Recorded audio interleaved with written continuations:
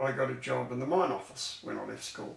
I started there on the 14th of January 1959. And the mine office at that stage was the old mine office up at the mine. Norrie Urquhart was the senior clerk. Guy Cordell, now just his Christian name's just Eric Cordell. He was the other clerk. And Alice Shields, Alice Shields was the typist. And the desks were the high desks you see in old photos. You sat on a big high stool, and a big high slapping desk. It reminded me a bit of the slapping desk at school, except it was a lot higher. Yeah, one day, Mr. Urquhart, I'll call him Mr. Urquhart, I used to call him Mr. then, came in and said there was a big hole outside his office window. The tunnel had collapsed. Then below there was quite a large hole, and he was quite frightened he was going to fall in it. But anyway, he continued working, and everybody joked about it, and they eventually got a bulldozer and filled it in. And then another day in the winter time, the fire was on, and Mr. Urquhart came rushing through at the office and said, "Get out, get out! The office is going to blow up, get out!" And we just sort of looked and thought, what's going on? And the next minute, Mr. Lockington, the mine manager, walked through laughing his head off. He'd thrown a couple of old plugs of jelly into the fire. And of course, jelly needs a detonator to actually explode it. But Mr. Urquhart thought the office was going to blow up. So that was quite an interesting exercise. But the other interesting thing actually about the mine office and pays is that Mr. Urquhart and Eric Cordell used to go and pick the money up at the bank. He used to take the old Mark I Zephyr up, that was the office car in those days. And Mr. Urquhart had a pistol, which was loaded.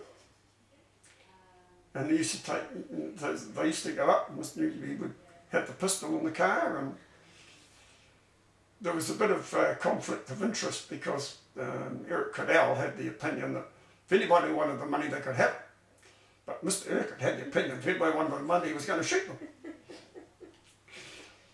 However, it never came to be tested.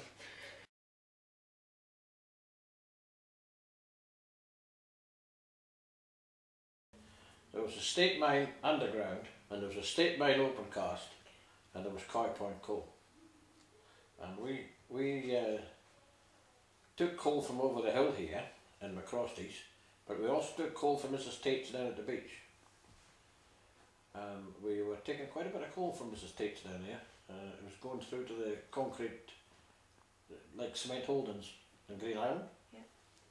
And they were doing a couple of 300 tonne a day from there, you know, out of the old coal mine at Mrs. Tate's down there, which is right next to where they actually started digging coal.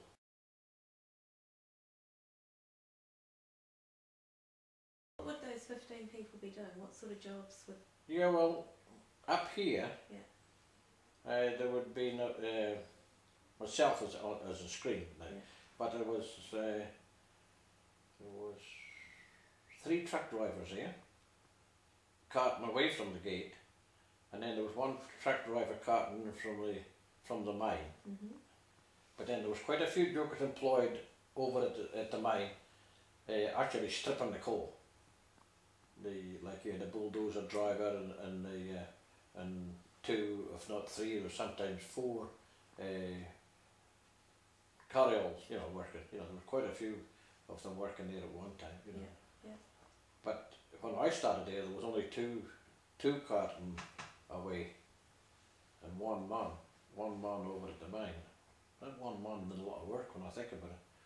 He used to have to shoot all the coal, because nowadays they used to shoot it all, you know, with explosive, right, to make it easier loading. Yeah. But nowadays they don't bother, because they just dig it with the big diggers, like, you know, so rip it out with the big diggers. Like. Right. In the old days he had to bore it all, and he had to load it all, you know, and he's over there by himself all day and every day. You know. And He stayed there for quite a few years. So who was that? Mr. Weir, Mr. Jock Weir, he's still alive. He's still alive in Dunedin. As far as the dust goes, we just used a bit more water. But when you use too much water, you can't screen it. It sticks on the screens and you can't use it. I remember one day there, when, like, nothing to do with dust and like that, but we got a fair bit of rain up there. And I was round behind the shed and I could walk around to the boss. That was a big boss. And it's not often he was there. He was like, he came around. He was in touch all the time. That was George Cross, like the original founder, yes. you know. And he was down there seeing me one day there, and I was round behind the shed, and I came back down to him and I said, "You want to come round behind the shed?" I said, "There's a great big mushroom round there, behind the shed." And he says, "Where?" So we went round behind the shed, and I climbed up on this mushroom, which would have been 12, 15 feet across, and maybe 6, 7 feet high, you know. And I was jumping on it, and it was going like a big sponge, you know. So he says, "Get off of that, you silly fool," you know. And I got down. He says, "We better start shifting stuff." He says, "I don't like the look of that big bubble on the ground, you know. It's a huge bubble of earth on the ground, you see, and it was moving. You know, and anyway, he said, "We better start shifting something." So we went into the shed to start the tractor, to shift some of the gear that was down below, and the tractor wouldn't start because of the flat battery. And the next thing, there was this roar, and the whole side of the hill came down and just wiped out a part of the shed that was there, shot past, picked up the grader, the tractor, and a heap of sleepers and all that, you know, and shot them right down to the gate. Well, they would have shifted them a good 50 metres, this big sea of mud, and it was just pure mud, just liquid mud, you know.